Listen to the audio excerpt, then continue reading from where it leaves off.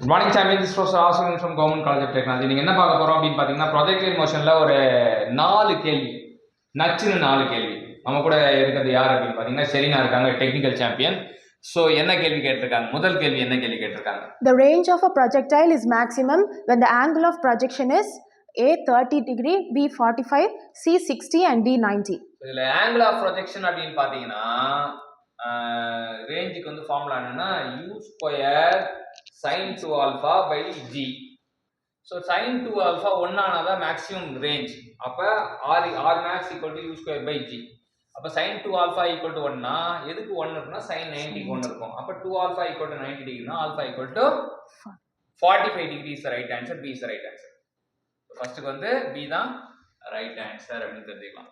So ரெண்டாவது கேள்வி பாருங்க, நமக்கு என்ன கேட்டிருக்காங்கன்னா வெலாசிட்டி ஆஃப் ப்ரொஜெக்ஷன் கேட்டிருக்காங்க. என்ன கேள்வி கேட்டிருக்காங்க?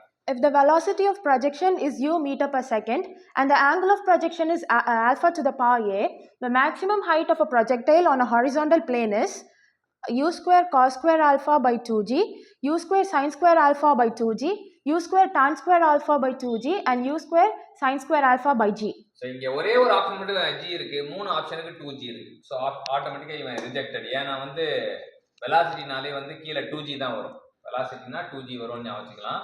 சைன் இப்போ பார்த்தீங்கன்னா காசு ஒன்னே ஒன்று தான் இருக்குது, டேன் ஒன்னே ஒன்று தான், சைன் 2 இருக்குது. அப்போ 2g கூட யார் சைன் ஆல்ஃபா இருக்கான்னு இப்படியே பார்த்து கூட கண்டுபிடிச்சலாம். ஆப்ஷன் இப்படி தான் செட் பண்ணுவாங்க. So u square sine square alpha by 2g தான் answer.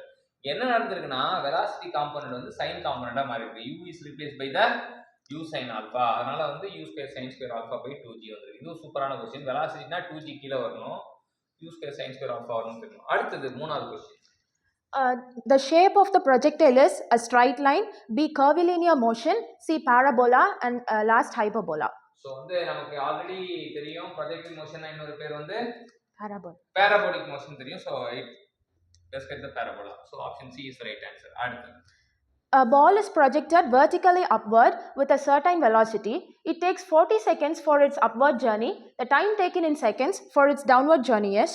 So upward journey downward journey அப்படின்னு சொல்றாங்க. Rise or fall. அப்போ ரைஸுக்கு எவ்வளோ நேரம் தேவைப்படுது? ரைஸ்க்கு வந்து நமக்கு ப்ராஜெக்டில் வந்து u sine alpha by g, ஃபாலுக்கும் u sine alpha by g தான் வரும். இங்கே இதுக்கு 40 செகண்ட்னா அதுக்கும் 40 தான். ஸோ நல்லதும் கெட்டதும் சரிசமமாக இருந்தால் தான் பேலன்ஸ் ஆக முடியும். ஸோ ரைஸுக்கும் ஃபாலுக்கும் அதே தான் இருக்கும், 40 செகண்ட்ஸ். அப்போ 40 இஸ் த ரைட் ஆன்சர்.